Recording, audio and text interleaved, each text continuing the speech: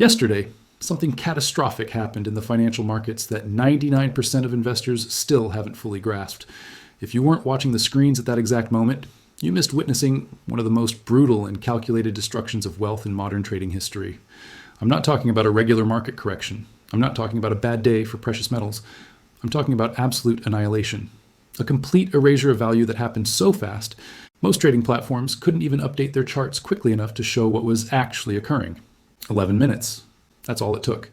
11 minutes for silver to go from trading near levels that had investors celebrating what they thought was the beginning of a historic rally, straight down to price levels that seemed physically impossible without some kind of global financial catastrophe. Except there was no catastrophe, no breaking news, no emergency announcement from the Federal Reserve, no geopolitical crisis, just pure, concentrated selling pressure that hit the market like a freight train with no brakes. Right now, before we go any deeper into what actually happened, I need you to do something critical. Look down at that subscribe button. If you're watching this video and you haven't subscribed to Dark Economy yet, you need to understand something. This channel exists for one reason: to show you how money and power actually move in the real world, not the fairy tale version they teach in finance classes or talk about on mainstream business networks. The information I'm about to share with you won't be discussed honestly anywhere else. Most channels are afraid to connect these dots because it makes powerful people uncomfortable. I don't have that problem. Hit that subscribe button right now and make sure you turn on notifications, because the people who understand these market dynamics before they happen are the ones who survive. The people who figure it out afterwards are the ones writing checks. Don't be the person who subscribes after you've already lost money. Be the person who saw it coming. Subscribe to Dark Economy now, because what you're about to learn will change how you see every financial market forever. Let me paint the picture of what yesterday morning looked like. Silver had been on an absolute tear. Prices were climbing steadily, momentum was building, and the narrative across social media, trading forums, and even some financial news outlets was becoming almost religious in its certainty. This was it. This was the moment silver would finally break free. Years of price suppression were supposedly ending. The little guy was finally going to win against the big institutions. Retail investors were piling in with everything they had, convinced they were part of a movement that couldn't be stopped. And then, in a span of time shorter than it takes to brew a cup of coffee, the entire structure collapsed. Not slowly, not with warning signs, not with a chance to exit positions or adjust strategies. It collapsed like a building hit by a wrecking ball. The price didn't drift lower. It didn't stumble. It fell off a cliff. Traders watching their screens in real time described it as surreal, like watching numbers that shouldn't be mathematically possible appear on their monitors. From levels approaching highs we haven't seen in years, silver plummeted to price points in the low 30s within 11 minutes. Millions of dollars in value simply evaporated. Positions that traders had built over weeks and months were liquidated automatically by margin calls they didn't even know were coming. By the time most people realized what was happening, it was already over. The damage was done, the wealth was transferred, and the market had moved on. Now here's what makes this different from a normal crash, and this is where you need to pay very close attention. Market crashes usually happen because of panic. Something scares investors. Maybe it's an economic report showing recession.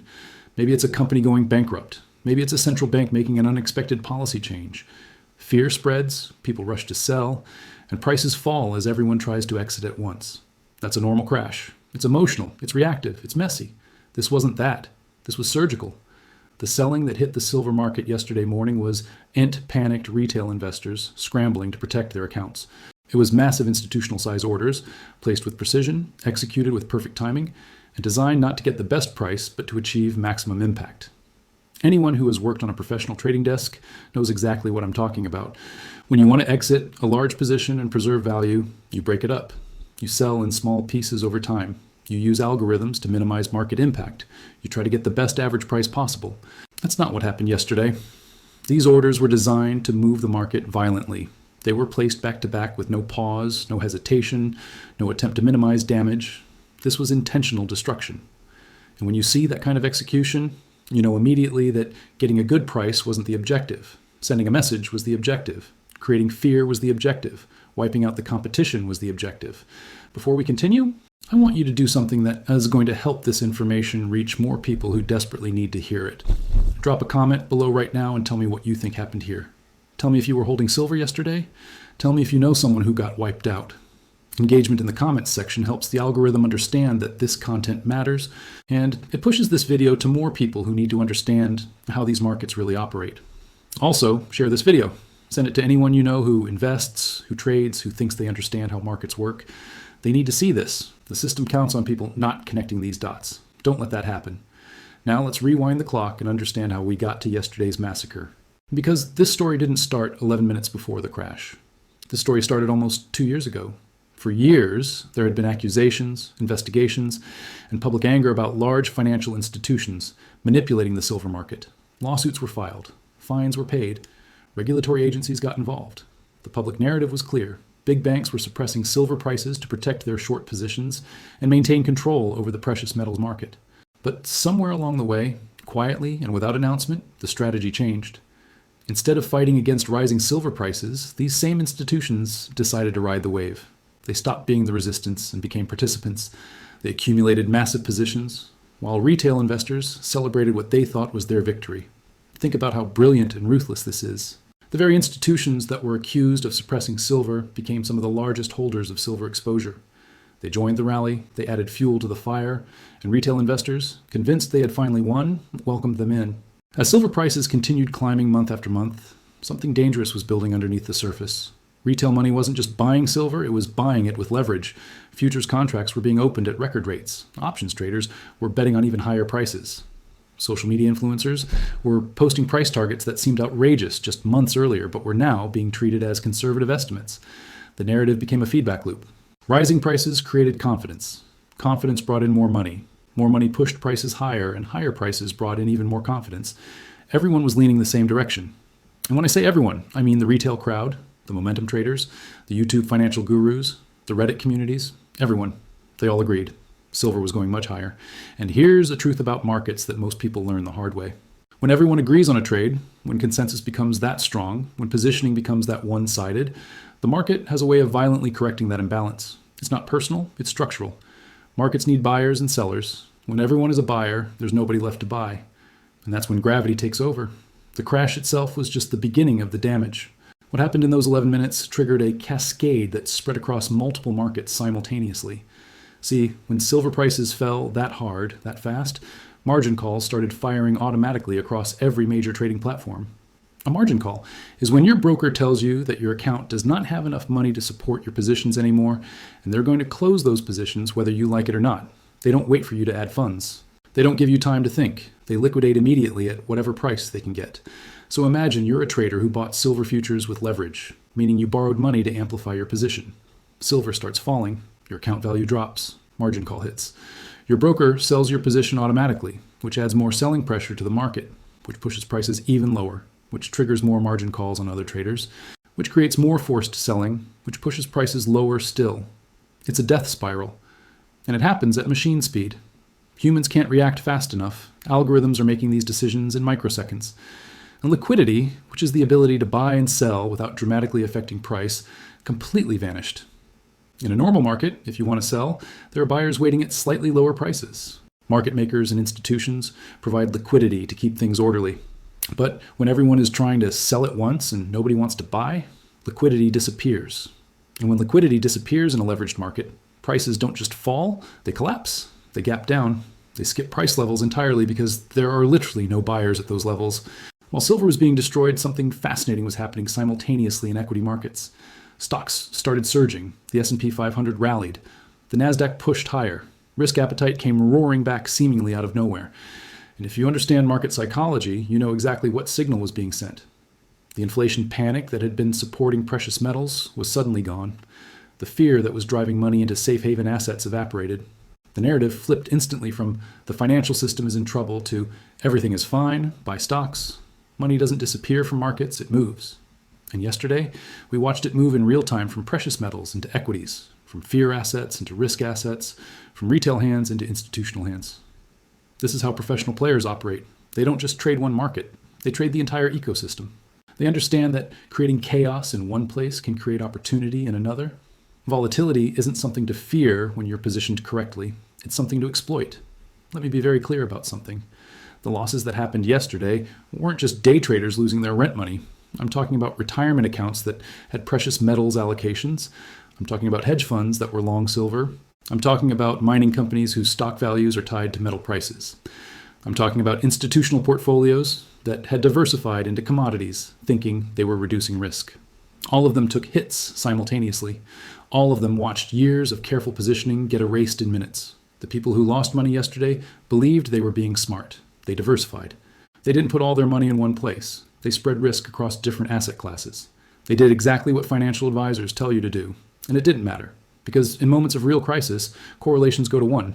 Everything falls together. The diversification that's supposed to protect you fails exactly when you need it most. That's not an accident. That's how the system is designed. What shocked even experienced market professionals was how long the carnage continued before any safety mechanisms activated. Modern markets are supposed to have circuit breakers. They're supposed to have trading halts that kick in when volatility gets extreme. These safeguards are supposed to give the market time to catch its breath, let emotions settle, prevent panic from turning into catastrophe. But yesterday, those protections didn't activate until after silver had already been crushed. By the time trading finally paused, the damage was complete. Positions were already liquidated. Wealth was already transferred. The circuit breaker that's supposed to protect you arrived after the house had already burned down. Think about what that means. Think about what it says about who these systems are really designed to protect. If you're a retail trader watching your account implode in real time, desperately hoping for a halt that would give you a chance to react, and that halt doesn't come until after you've been wiped out, what conclusion are you supposed to draw? That the system failed? Or that the system worked exactly as intended, just not for you? This event sent shockwaves through the precious metals community that will last for years. It wasn't just about money lost yesterday. It was about confidence destroyed. It was about belief shattered. Every person who was holding silver yesterday, whether they got stopped out or managed to hold on, will remember what happened. They will remember how quickly certainty turned into catastrophe. They will remember how the asset they thought was safe became a weapon used against them. And that memory changes everything going forward. Every time silver starts to rally from here, traders will hesitate. They'll remember 11 minutes yesterday morning. They'll question whether this rally is real or just another trap. That hesitation becomes resistance. That doubt becomes a ceiling. Markets don't just move on charts and fundamentals. They move on psychology and memory. And yesterday created a psychological scar that will affect silver trading for a very long time. Now here's what most people are missing in all of this, and this is the part that's going to make some viewers uncomfortable. This wasn't random chaos. This wasn't bad luck. This wasn't just market forces finding equilibrium. This was a demonstration of power. This was a reminder about who really controls these markets. Silver had become too popular. Too much retail money was piling in. Too many people were starting to believe that precious metals could actually challenge the dominance of fiat currencies and the institutions that control them. When an asset starts to become a threat to the established order, when it starts to attract too much attention and too much capital, when the narrative around it starts to question the foundation of the financial system itself, pressure arrives. And that pressure doesn't come with warning. It doesn't come with debate. It comes suddenly, violently, and with overwhelming force.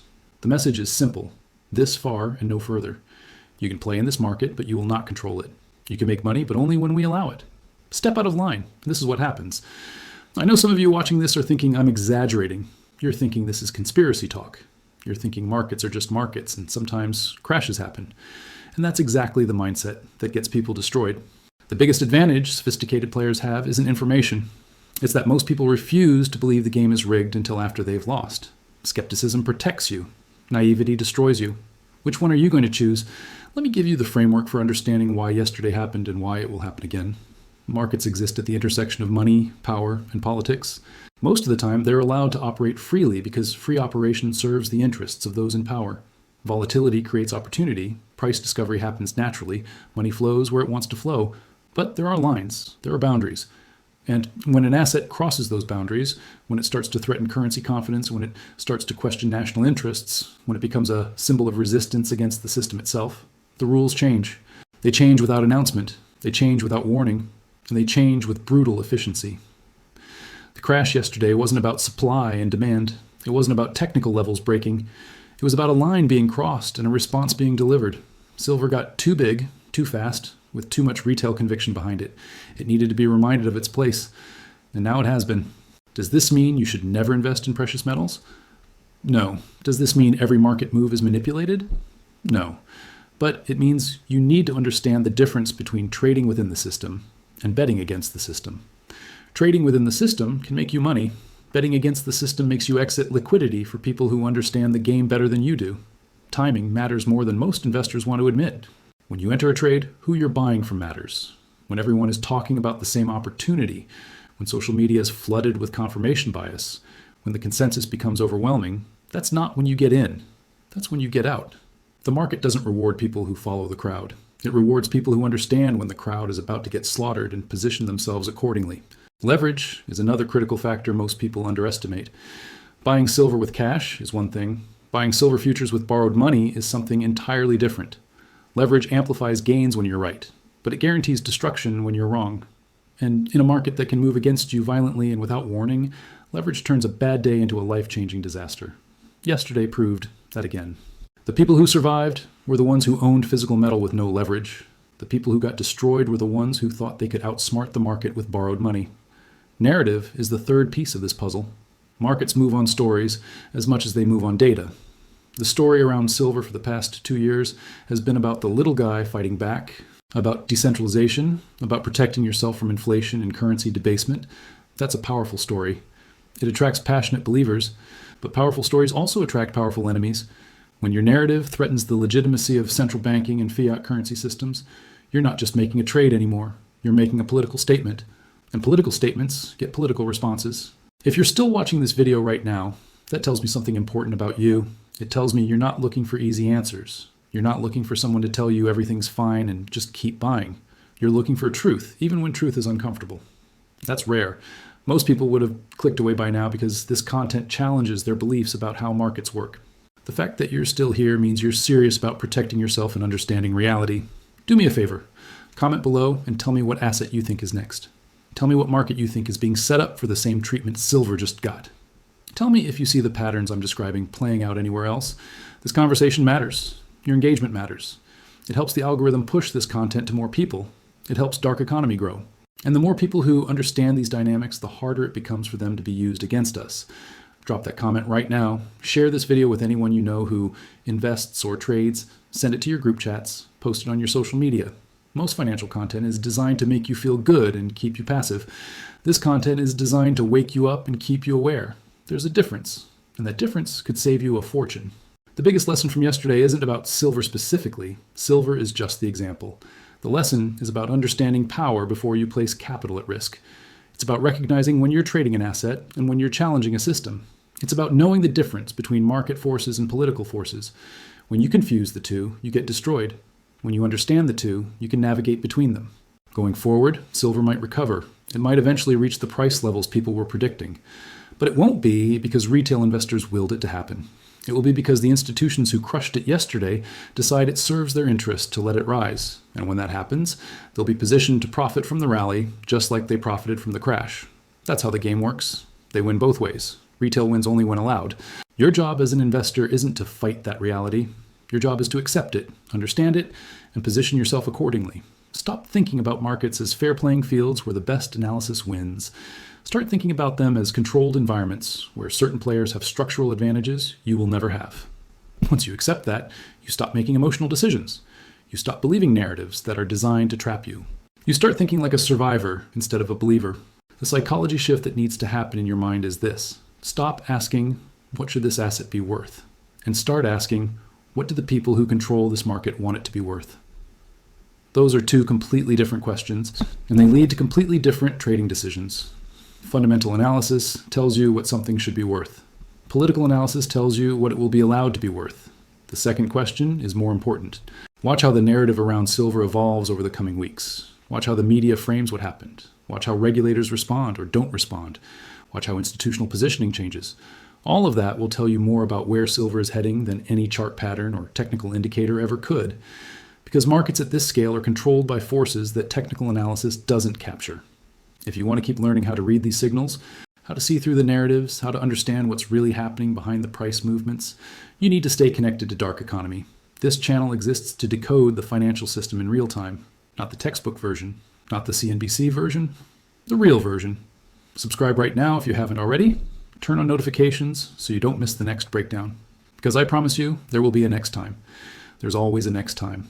The targets change. Sometimes it's silver. Sometimes it's oil. Sometimes it's a specific stock that got too popular. Sometimes it's an entire sector that attracted too much retail attention. But the pattern remains the same. Build up the narrative, let the crowd pile in, wait for positioning to become extreme, and then pull the rug.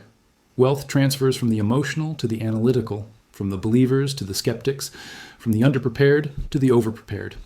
Yesterday, silver was the target. Tomorrow, it could be something you're holding. It could be something you're certain about. It could be a position you've convinced yourself is safe. That's why this information matters. Not because it will help you predict the next crash, but because it will help you survive it when it comes. Preparation beats prediction every single time. Let me leave you with this final thought. The system doesn't need to destroy everyone to maintain control. It just needs to destroy enough people, publicly enough, violently enough, that everyone else gets the message. Yesterday's silver crash was a lesson taught to millions of investors simultaneously. Most of them don't even realize they were in class. They think they just had bad luck. They think they missed time to trade. They don't understand they were participants in a demonstration of power. And here's what makes this even more significant. The ripple effects of what happened yesterday are going to extend far beyond the silver market itself. Think about the mining companies whose entire business model depends on silver prices staying above certain levels to make their operations profitable. When silver crashed yesterday, their stock prices didn't just fall, they cratered. Shareholders who thought they were making a smart play on the commodity boom watched their equity positions get demolished right alongside the metal itself. These companies now face a completely different reality. Projects that were economically viable at higher silver prices are suddenly questionable. Expansion plans get frozen, hiring stops, investment dries up. But it goes even deeper than that. Think about the options market. Thousands of traders had bought call options on silver, betting that prices would continue rising. An options contract gives you the right to buy silver at a specific price by a specific date. If silver is trading at $50 and you have the right to buy it at $40, that contract has real value. But when silver crashes below your strike price, that option becomes worthless, not worth less. Worthless. Completely. And here's the brutal part.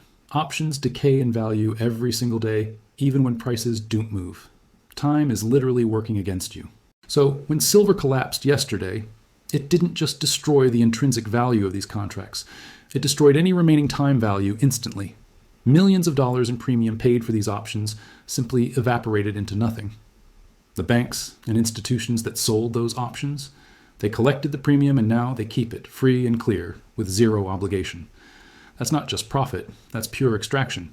It's wealth that moved from retail traders' accounts directly into institutional coffers without anything being created, without any value being added. Just a transfer, clean and complete. Now let's talk about something most people never consider, the psychological warfare aspect of what happened. Markets aren't just about numbers and charts. They're about confidence and belief. When you destroy confidence violently enough, you don't just affect current positions, you affect future behavior. Every trader who got burned yesterday will approach silver differently from now on. They'll be more hesitant, more fearful, more likely to sell at the first sign of trouble. That fear becomes a self-fulfilling prophecy. It creates resistance at price levels that previously would have been broken easily. This is how control is maintained long term. You don't need to manipulate markets every single day. You just need to create enough traumatic events that traders start policing themselves. They start limiting their own positions. They start doubting their own analysis. They start exiting before they even need to, just to avoid experiencing that pain again. The institutions that engineered yesterday's crash understand this psychology intimately. They know that one spectacular collapse does more to control future behavior than 1,000 small interventions. And let's be brutally honest about something else. The regulatory response to this event, or more accurately, the lack of regulatory response, tells you everything you need to know about who the rules are designed to protect. If a retail trader tried to manipulate a market this blatantly, if someone dumped billions worth of any asset in 11 minutes with the clear intention of crashing the price, they'd be in handcuffs before the trading day ended. Investigations would be launched.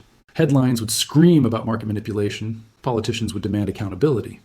But when institutional players do the exact same thing, suddenly it's just market forces. It's price discovery, it's liquidity provision. The language changes. The framing changes. What would be criminal for you becomes acceptable for them. And the silence from regulatory bodies after yesterday speaks volumes. No emergency meetings, no promises to investigate, no concern about market integrity. Just business as usual, because the system did exactly what it was designed to do. Here's another dimension most people miss. Think about the international implications of what happened. Silver isn't just traded in the United States. It's a global commodity. Traders in Asia, Europe, South America, all of them were affected simultaneously. But the timing of yesterday's crash, the specific hours when it occurred, that wasn't random. It hit when certain markets were asleep and couldn't respond. It hit when liquidity was already thin. The coordination required to execute something like this across global markets, across multiple exchanges, across different time zones, that's not something that happens accidentally. That's orchestration. And think about the message it sends to international investors who were moving money into precious metals as a hedge against US dollar dominance. The United States and its financial institutions just demonstrated that they can crash these markets at will, regardless of where you are in the world, regardless of which exchange you're trading on. That's a projection of power. That's a statement about who controls the global financial system. You might not be trading in New York, but New York can still reach you. The aftermath of yesterday is going to reshape the precious metals market in ways that won't be obvious for months. Trading volumes will change. Volatility patterns will change. The type of investor willing to hold significant silver positions will change. Insurance costs for protecting positions will go up because the demonstrated risk just increased dramatically. Margin requirements will likely get stricter because brokers now have proof that silver can move violently enough to wipe out accounts before they can be closed safely. All of these changes benefit one group: the established players who have the capital, the technology, and the connections to navigate increased volatility and higher barriers to entry. Retail traders will find it harder and more expensive to participate meaningfully. That's not an unintended consequence. That's the point. Every crisis gets used to justify new rules and restrictions that make it harder for outsiders to compete. Let me tell you about something called reflexivity, because it's critical to understanding what happens next. Reflexivity is the concept that market participants' perceptions affect market fundamentals, which then affect perceptions, creating a feedback loop. Yesterday's crash didn't just change silver prices, it changed how people think about silver. And those changed thoughts will affect future supply and demand, which will affect prices, which will further reinforce the changed thinking. Miners will be less willing to expand production when they can't trust price stability. Investors will allocate less capital to a market that proved it can destroy wealth instantly. Industrial users will seek alternatives if silver prices become too unpredictable. All of this reduces demand and constrains prices, which validates the fear that caused the behavior in the first place. It's a self-reinforcing cycle that can take years to break. And here's the particularly insidious part. The institutions that triggered this cycle know exactly how long these psychological scars last. They know they've bought themselves years of reduced retail competition in this market. They know they have created an environment where they can accumulate positions cheaply because everyone else is too scared to participate aggressively. Yesterday's violence creates tomorrow's opportunity, but only for those who weren't traumatized by it. Think about the individual stories behind yesterday's numbers. There's a person out there who quit their job last month because their silver positions were doing so well they thought they could trade full time. Yesterday, they lost everything, and now they have no job and no capital. There's someone who took out a second mortgage to buy silver because they were convinced it was going to 10 times their money. Yesterday, they not only lost their investment, they still owe the bank. There are retirement accounts that were supposed to fund someone's final years that are now worth a fraction of what they were 48 hours ago. These aren't just statistics. These are real people whose lives got fundamentally altered because they believed in a narrative that was being fed to them while the trap was being set. And the cruelest part is that many of them still don't understand what happened. They think they just had bad timing. They think they should have seen the technical breakdown coming. They're blaming themselves for not setting tighter stop losses, for being too greedy, for not taking profits when they had them. They're internalizing the loss as a personal failure when they were actually participants in a much larger game that they never had a chance of winning. The educational content that is going to flood the internet over the next few weeks will almost entirely miss the point. You'll see videos about technical analysis and where the warning signs were. You'll see posts about proper risk management and position sizing. You'll see traders doing post-mortems on their strategies. All of it will focus on what individual traders could have done differently. Almost none of it will address the structural reality that when powerful institutions decide to move against a market, technical analysis doesn't save you. Risk management doesn't save you. Nothing saves you except not being there in the first place. This is why understanding the difference between trading and investing matters so much. Trading is about short-term price movements. Investing is about long-term value creation. When you're trading against institutional players who can move markets at will, you're not investing. You're gambling. And the house always has the edge. The only way to invest successfully in markets like this is to understand when the institutions want prices to rise and position yourself accordingly, then exit before they decide it's time to extract wealth again. The challenge is that those turning points don't come with announcements. There's no bell that rings at the top saying, "This is as high as we're going to let it go." You have to read sentiment. You have to watch positioning. You have to notice when the narrative gets too one-sided, when everyone is agreeing too strongly, when the skeptics have all been converted into believers. Those are your warning signs, not trend lines, not moving averages. Psychology. Yesterday should also make you think very carefully about where you hold your assets and in what form. The traders who held physical silver that they actually possessed didn't get margin called. Their metal didn't get forcibly liquidated. They watched the paper price crash, and yes, the value of their holdings decreased, but they still have the metal. They can wait for recovery. They have time. The traders who held leveraged futures contracts, who held options, who held ETFs that themselves used derivatives, they had no choice. The system closed their positions automatically. They were forced to realize losses at the worst possible moment. This distinction between paper assets and physical assets matters more than most modern investors realize. When you hold paper, you're holding a promise. When you hold physical, you're holding an asset. Promises can be broken. Promises can be made worthless by market manipulation or system failure. Physical assets have their own risks, certainly, but they can't be liquidated against your will. They can't be margin called. They can't expire worthless. The silver market has always had this tension between paper and physical, between the derivatives market and the actual metal market. The amount of paper silver traded every day is multiples of the actual physical silver that exists and could be delivered.